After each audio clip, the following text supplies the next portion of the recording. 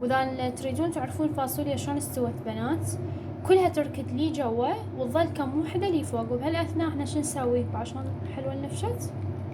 بهالأثناء احنا نطفيها ونعوفها شوية فد ربع ساعة على البخار مالتها.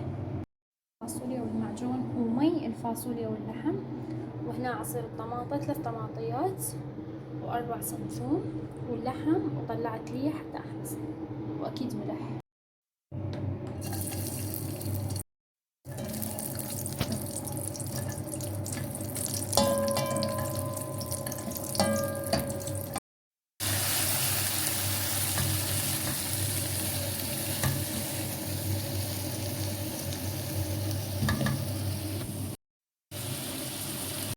راح نضيف أي مي بس عصير الطماطة و3 خواشيط معجون لحد ما يفورن.